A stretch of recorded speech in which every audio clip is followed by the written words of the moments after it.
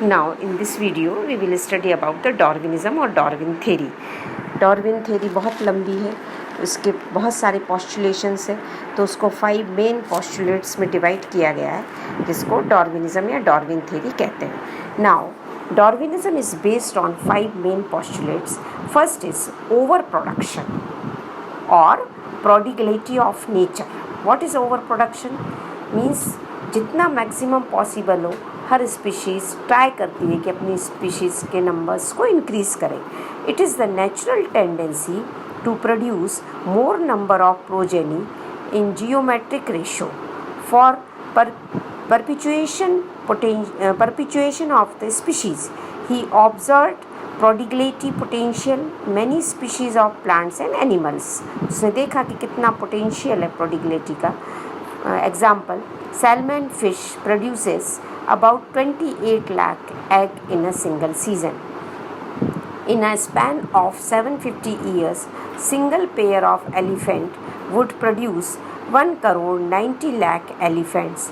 However, the size of given species in a given area remains relatively constant because of fluctuation that occur seasonally. इतनी ज़्यादा potential होने के बाद भी हमको अर्थ पर जो नंबर्स हैं किसी भी एनिमल्स या प्लांट्स के वो कंट्रोल दिखते हैं. तो ऐसा क्या रीज़न है?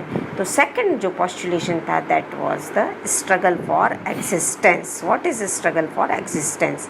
Tendency of over production leads to the struggle for existence between the members of population for limited supply of food or to overcome adverse environmental conditions or for a space or to escape from enemies etc.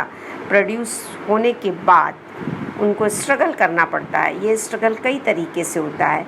Sometimes adverse environmental condition, earthquake आ गया, बहुत cold हो गया, बहुत summer हो गया, तो उसकी वजह से कभी कभी फूड की सप्लाई एकदम बंद हो गई. समटाइम्स स्पेस के लिए स्ट्रगल हुआ, समटाइम्स एनिमीज से लड़ना पड़ा.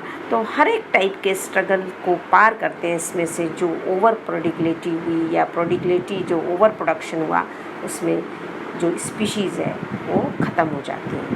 Next third, organic variation. The variations speak for all kinds of differences that occur in morphology, physiology, nutrition, habit, behavioral pattern etc. Darwin recognized these variations as raw material for evolution. मतलब जो पहले की species थी वो जो बाद में बनी उसमें वेरिएशन होते हैं और यही वेरिएशन इवोल्यूशन के लिए रॉ मटेरियल हैं. Variations were observed among members of the same species and even in different species.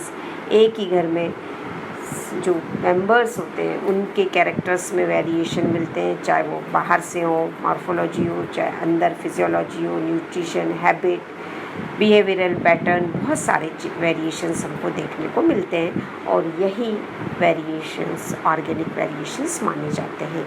Fourth postulation था natural selection. Organic variations can serve as evidence that for the some organisms have better adapted to survive under existing environmental conditions than the others.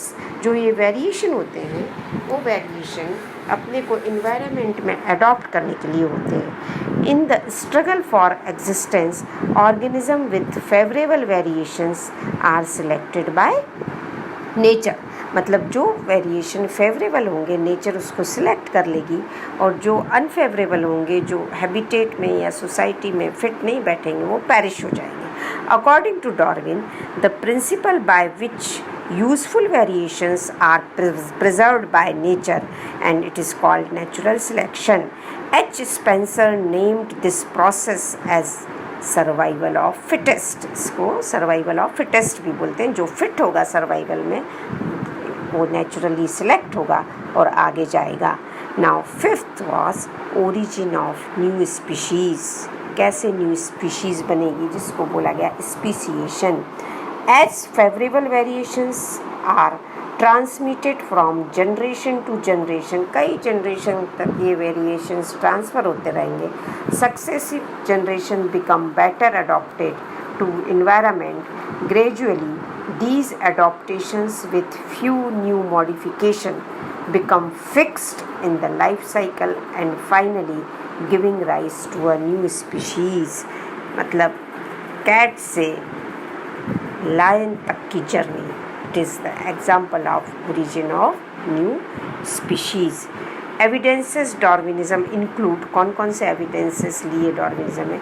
Evolution of long-necked giraffe to pluck and eat more leaves from tall trees and woody climbers. This adaptation become fixed in the life for survival.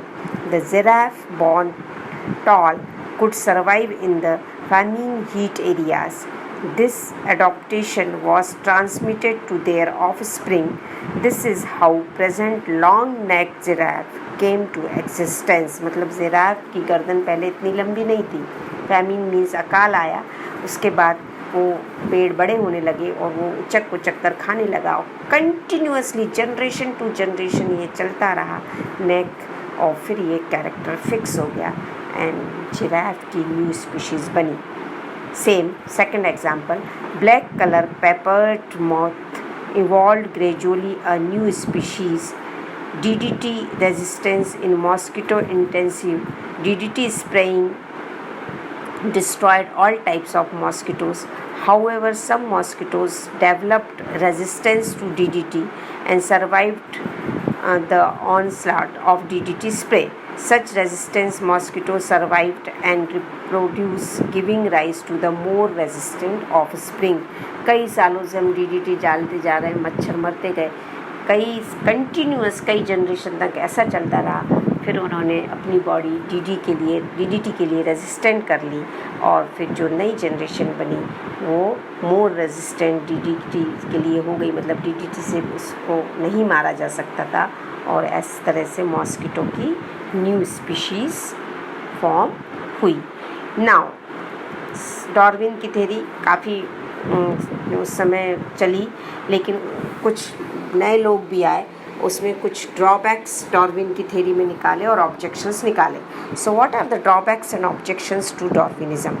He considered minute fluctuating variation as principal factor which are not heritable and not part of evolution. उसने छोटे से छोटे variation को भी लिया लेकिन वो heredity का पार्ट नहीं थे.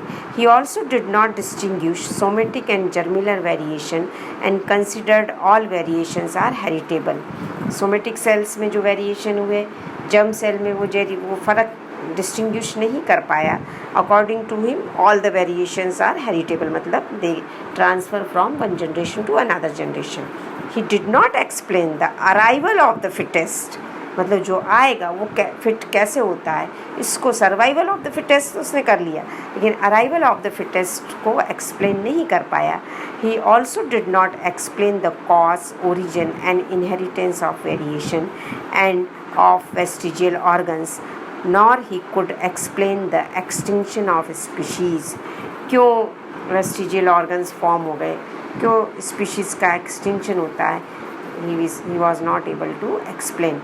According to natural selection, new species are formed by gradual accumulation of useful variation. If it is so, यदि ऐसा है, then there should be intermediate forms, but in most cases intermediate form were not recognized. मतलब जब यदि कोई change आप continuous process में लाते हो तो बीच की भी स्टेज होगी, वो बीच की स्टेज कई स्पीशीज़ में हमको नहीं दिखी, इसको भी वो एक्सप्लेन नहीं कर पाया. Moreover Darwinism also could not explain existence of neutral flowers and the sterility of hybrids. So these are some objections and drawbacks in the Darwin theory. In next class, next video, we will study about the mutation theory. Thank you.